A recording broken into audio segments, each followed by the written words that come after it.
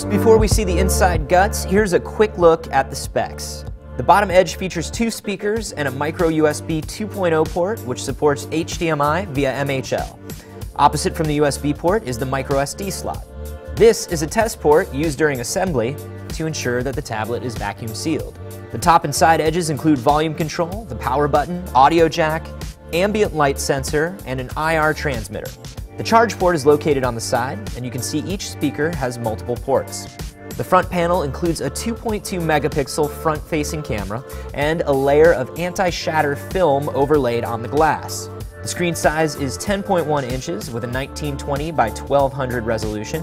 It also has an anti-smudge coating to reduce fingerprints. The back side is plastic coated with soft touch paint. Now this was chosen over a metal alloy to allow one-touch antenna functionality. The rear camera is 8.1 megapixels. Alright, so now let's open this puppy up. First step is the removal of the back cover, which is held together with adhesive sealant. The back cover is also held to the battery using double-sided tape, and once it's opened, it reveals a carbon fiber inner lining. You can see a flexible printed circuit, which includes the front-facing camera, the IR LED, and the ambient light sensor. This connects to the main PBA. As we go, you'll see us removing quite a bit of tape. Removing the flexible printed circuit requires removing 1 screw. This tiny thing right here, that is the microphone. Removing the Sony-made lithium polymer battery requires taking off 6 screws. After you remove the screws, popping 1 hinge disconnects the battery. The battery weighs about 133 grams and is actually made of 3 separate batteries connected together.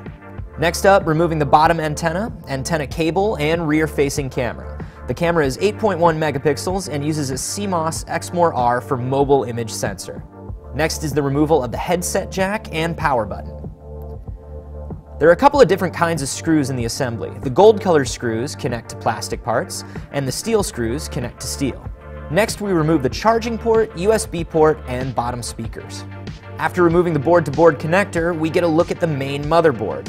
Shield cans cover the chipsets to reduce electromagnetic interference. Now on to the NFC antenna.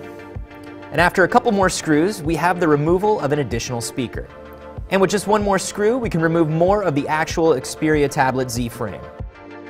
Then, micro SD card holder. Next is the LCD assembly. There's a board underneath it that controls the LCD and touchscreen. There's a lot of adhesive sealant, and LCD panels and touch panels are very delicate. And there you have it. 1 tablet plus 1 badass engineer plus a few of us drooling over the parts with our camera equals 1 Xperia Tablet Z teardown. You'll be able to get your hands on a Z of your own in May, and for more product first looks and teardowns, head to youtube.com/signal.